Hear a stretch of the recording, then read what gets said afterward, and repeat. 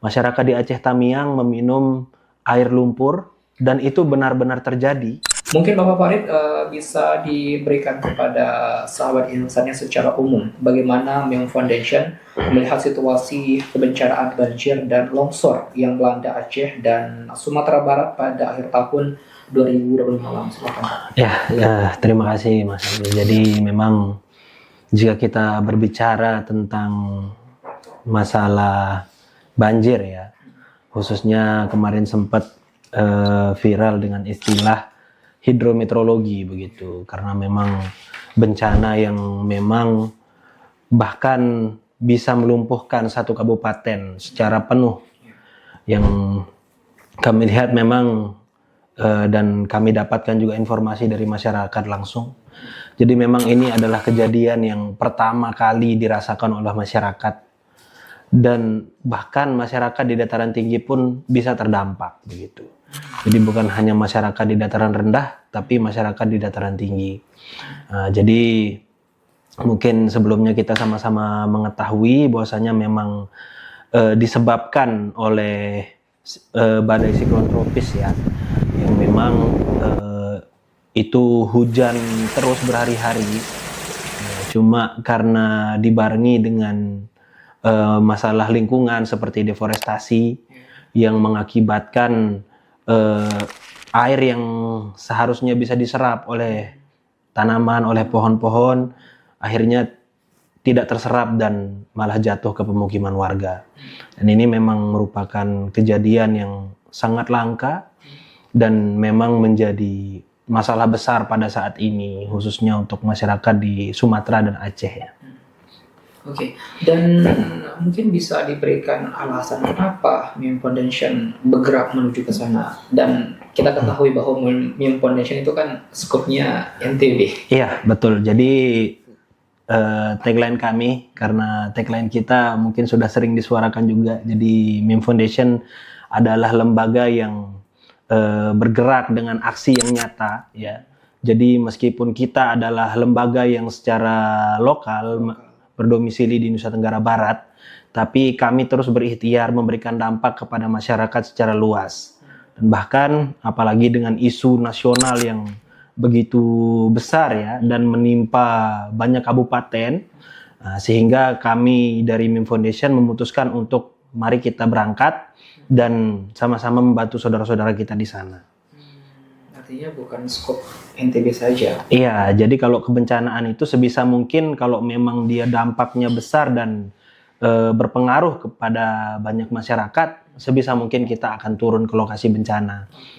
Dan ada juga informasi bahwa beberapa waktu lalu juga kami dapatkan informasi bahwa ada Kabupaten Agam di Sumatera Barat dan juga Kabupaten Aceh Tamiang. Ini menjadi lokasi prioritas aksi kemanusiaan. Ini mengapa? Ya, jadi kenapa kita memilih Agam dan Aceh Tamiang? Pertama karena pada saat kami tiba di Sumatera Barat, kita berkoordinasi dengan relawan lokal juga. Jadi melihat sebaran data bencana yang ada di Sumatera Barat pada saat itu, dan memang kita melihat dari seluruh lokasi yang terdampak bencana, yang paling parah itu di Kabupaten Agam. Nah, bahkan pada saat itu setelah kami tiba di lokasi, banyak sekali hal-hal yang memang menurut kami di luar nalar ya, bencana yang memang di luar nalar. Jadi posisi Kabupaten Agam itu dia berada di dataran tinggi. Dataran tinggi, dan di sana ada 24 titik longsor. 24 titik longsor, dan salah satunya masih di Kabupaten Agam, tepatnya di Kecamatan Malala ya. Itu bahkan sampai pemukiman warga sekarang menjadi jalur sungai baru. Karena sungainya tidak mampu menahan luapan air bah dan batu dan gelondongan kayu yang cukup besar, sehingga dia membuat jalur baru di pemukiman warga. Nah, selain itu juga yang di Aceh Tamiang ya, jadi memang kita fokus ke dampak-dampak yang memang cukup besar. Jadi di Aceh Tamiang pun setelah kita turun itu full satu kabupaten terdampak dan terendam. Bahkan kantor-kantor pemerintahan semua terdampak, tidak ada yang tersisa satupun. Nah, jadi Sehingga pada saat itu kami putuskan setelah 4 hari kita berada di Sumatera Barat, khususnya di Kabupaten Agam, kita berangkat ke Aceh Tamiang karena memang dampaknya yang cukup dahsyat dan memang masyarakat NTB juga banyak yang mengharapkan MIM Foundation bisa turun ke Aceh Tamiang dan menginformasikan bagaimana sih update situasinya, apakah benar sesuai dengan yang ada di berita atau berbeda seperti yang diceritakan oleh orang-orang begitu. Dan juga ada yang mengatakan bahwa bencana kemarin, terlebih juga di Aceh, itu lebih kita sebutkan tsunami kedua. Itu pengakuan dari masyarakat atau bagaimana? Ya, jadi pengakuan masyarakat sepenuhnya bisa kita katakan benar, karena memang kami pun begitu tiba di lokasi, khususnya di Aceh Tamiang, itu melihat kondisi Aceh Tamiang begitu kami masuk di perbatasan Medan dan Aceh, itu sudah sangat terlihat semua rumah hancur, sebagian besar rumah hancur, dan juga lumpur di mana-mana. Bahkan pada saat itu kami melihat dari pohon-pohon ya, khususnya karena memang di sana juga banyak pohon sawit. Jadi pohon sawit itu terendam seluruhnya. Kalau kita tahu ukuran pohon sawit, biasanya ketinggiannya 2-3 meter, setinggi itu air yang menimpa rumah-rumah warga dan ya menelan banyak korban juga pada saat itu. Dan juga ada berapa relawan yang terjun langsung? Iya, jadi kita mengirim jadi 3 kloter ya. Jadi kloter pertama pada saat itu saya sendiri dari MIM Foundation yang berangkat. Setelah itu kita lanjutkan lagi 2 relawan. Dan setelah itu lanjut lagi di kloter ketiga 2 relawan. Masih sampai saat ini ada di Aceh Tamiang. Oke, baik. Dan juga harapan masyarakat ketika MIM Foundation tiba di sana apa, Pak? Ya, jadi pada saat kami tiba di lokasi, ya kami juga langsung menanyakan ya kepada masyarakat yang terdampak. Jadi memang kebutuhan logistik itu sangat tinggi, kebutuhannya di masyarakat ya, karena memang ekonomi lumpuh total di Aceh Tamiang dan akses air bersih sangat sulit didapatkan. Jadi sempat viral mungkin beberapa waktu lalu yang memang kita melihat bahwasanya masyarakat di Aceh Tamiang meminum air lumpur dan itu benar-benar terjadi ya. Jadi mereka ambil air lumpur dan mereka celupkan teh di sana untuk menghilangkan baunya, lalu itu yang mereka minum. Dan itu berlangsung selama kurang lebih 2 pekan setelah kejadian banjir di Aceh Tamiang. Oke, baik. Dan dalam konteks kebencanaan nasional, sekalipun kemarin pemerintah kita tidak menetapkan bahwa ini merupakan bencana nasional, bagaimana posisi dan juga peran MIM Foundation sebagai lembaga sosial kemanusiaan? Ya, jadi kami dari MIM Foundation memang mengambil peran yang menurut kami itulah yang bisa kami lakukan di masyarakat ya.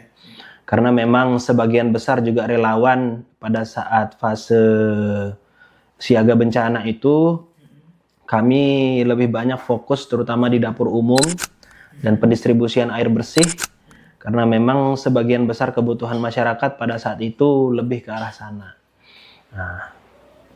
Oke, dan juga yang paling menarik juga kemarin ada beberapa kehadiran relawan, baik itu mungkin di fase tanggap darurat ataupun ketika pasca bencana seberapa penting, Pak, di lapangan? Iya, jadi menurut kami pada saat itu relawan sangat-sangat dibutuhkan ya kehadirannya karena memang banyak sekali titik-titik yang sulit diakses ya. Bahkan ya jika kita bicara pola penanganan bencana, kita masih melihat seperti ada kebingungan di lapangan karena begitu banyaknya titik bencana ya, dan sehingga relawan ini harus membagi diri ke daerah-daerah yang memang sulit diakses ya, dan sebagian besar memang masyarakat di sana terutama di daerah-daerah yang sulit diakses rata-rata kelaparan.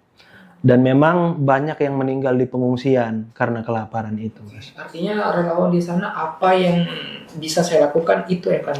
Iya.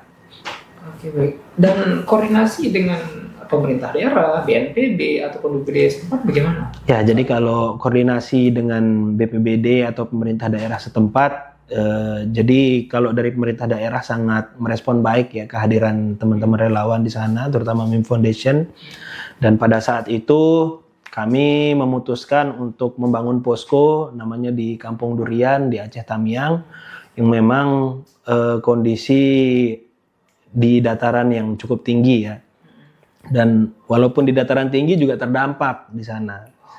Nah, jadi begitu sehingga koordinasinya pada saat itu masing-masing relawan dan masing-masing lembaga punya fokus di daerah masing-masing, yang dimana juga ya kita tetap sama-sama melaporkan ya bagaimana kondisi di lapangan. Bahkan pada saat itu masih hujan lebat ya. Bahkan informasi sampai tadi malam masih hujan lebat, yang dimana menjadi trauma bagi masyarakat masih di Aceh Tamiang. Dan juga kita ingin meminta juga tantangan awal ketika turun langsung pertama kali di sana, dan itu mungkin kalau di NTB mungkin itu Ya. tidak, ya kita berkaca kemarin di Mataram saja seperti itu kondisi. Iya betul. Jadi jika kita melihat pada saat kondisi awal kami tiba di Aceh Tamiang, itu rasa kebingungan itu sudah mulai muncul, Mas. Kebingungan artinya kita mau fokus kemana ya? Karena memang dari awal kita masuk sampai tibanya kita di lokasi itu kurang lebih 2 jam perjalanan ya di Aceh Tamiang. Tidak ada satupun daerah yang memang kita katakan aman. Nah, bahkan sempat viral beredar video yang dimana ada kendaraan yang bersusun 2-3 susun truk ya. Itu benar-benar kami saksikan, dan memang di situ masyarakat benar-benar lumpuh aktivitas. Dan memang kami melihat rata-rata masyarakat kelaparan ya. Sehingga bantuan yang kami bawa tadi pun, ini apakah kita akan tetap bawa ke lokasi atau kita bagikan di sini? Karena kebingungan yang saat kita melihat lokasi bencana semua parah, soalnya tidak ada satupun yang menurut kami tidak parah, mau di dataran tinggi, dataran rendah sama saja. Bahkan ada juga masyarakat yang menyetop, kalau tidak salah saat itu beredar di video itu BPBD, kalau tidak salah, ataupun relawan itu kami butuh bantuan itu. Artinya masyarakat di sana berebutan bantuan. Kalau dikatakan berebutan bantuan tidak sepenuhnya ya, karena memang kalau kita lihat di lapangan memang masyarakat sangat-sangat membutuhkan.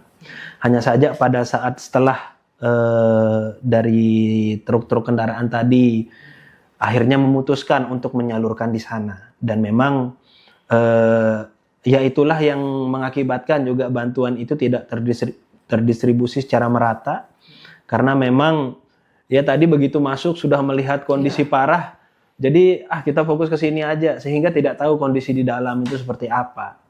Nah, kalau masuk ke dalam jauh lebih parah lagi kondisinya. Dan apa yang dibawa oleh Pak Farid sendiri pertama kali di sana? Ya, jadi yang kami bawa bantuan pada saat itu memang lebih banyak fokus ke sembako, makanan siap saji, dan juga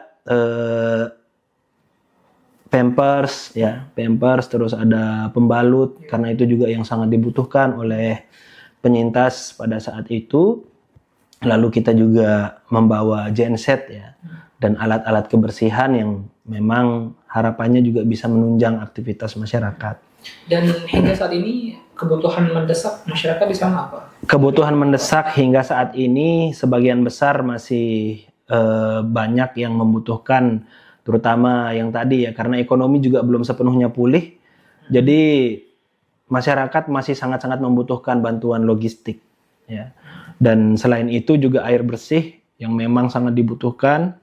Jadi kita juga pada saat itu akhirnya membuat titik-titik sumur bor, dan alhamdulillah sudah ada kurang lebih 4 titik sumur bor yang kami buat di Aceh Tamiang, dan harapannya bisa membantu masyarakat, dan dari sanalah air bersih bisa didapatkan. Karena memang kalau air tangki ya, air tangki di sana harganya sudah sampai 2.500.000 per tangki. Ya, jadi Kalau kita beli satu tangki, dampaknya hanya hari itu saja. Tapi kalau kita buat sumur bor, bisa sampai seterusnya dirasakan oleh masyarakat. Dan kemarin ada yang viral kan, harga sumur bor sampai ratusan juta. Itu valid atau harga sumur bor yang Sepertinya harga sumur bor yang dinyatakan itu cukup ekspensif ya menurut kami ya, agak tinggi harganya. Tapi kalau kami alhamdulillah di MIM Foundation karena kita juga bekerja sama dengan relawan lokal, jadi alhamdulillah kita per titik sumur bor itu kita bisa mendapatkan di harga 2.500.000. Itu sudah di kedalaman 23 sampai dengan 30 meter. Kalau dibandingkan dengan harga yang Iya, mungkin sumur besar ya atau Oke, dan memang Sahabat Insania itulah kondisi di lapangan Sahabat Insania, aksi kemanusiaan yang dilakukan oleh MIM Foundation. Dan di segmentasi berikutnya kita akan mengulas lebih dekat aksi kemanusiaan yang bukan langsung di lapangan seperti apa. Di segmentasi berikutnya, Sahabat Insania, jangan kemana-mana.